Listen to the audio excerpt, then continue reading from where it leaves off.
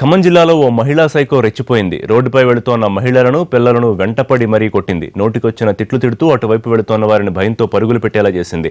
కొత్తగూడెం మండలం ముత్యాలపాడులో ఈ మతిస్థిమితం కోల్పోయిన మహిళ గత కొన్ని రోజులుగా ఇలాగే ప్రవర్తిస్తోందంటున్నారు స్థానికులు.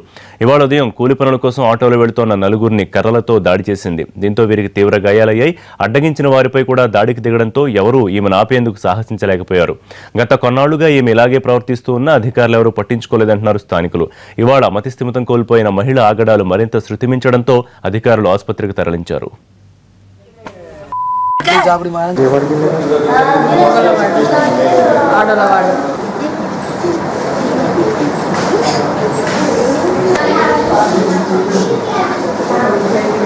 మా ఊర్లో బదావత్ బుల్లి అనే అమ్మాయికి 2 years బ్యాక్ నుంచి కొంచెం పిచ్చిగా చేస్తూ ఉంటుంది. మతి స్థిమితం లేకుండా ఉంటుంది అమ్మాయికి.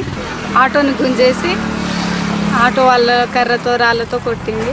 గాయాలయ్యాయి, సైకోలాగా మారుతుంది. రోజుకి నా మతి స్థిమితం అనేది కోల్పోతూ ఉంటుంది. పోతుంటే ఆ పిచ్చం వచ్చి అద్దం మీద పడి ఇటు తీసుకెళ్తే అటు వస్తుంది.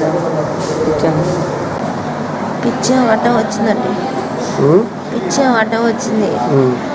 అబ్బాయి స్లోగానే తీసుకొచ్చిండు. ఆఫ్ చేయకపోతే ఆ పిచ్చం వచ్చి ఆ చేతులు అటు ఇటు కానివ్వకుండా చేసింది.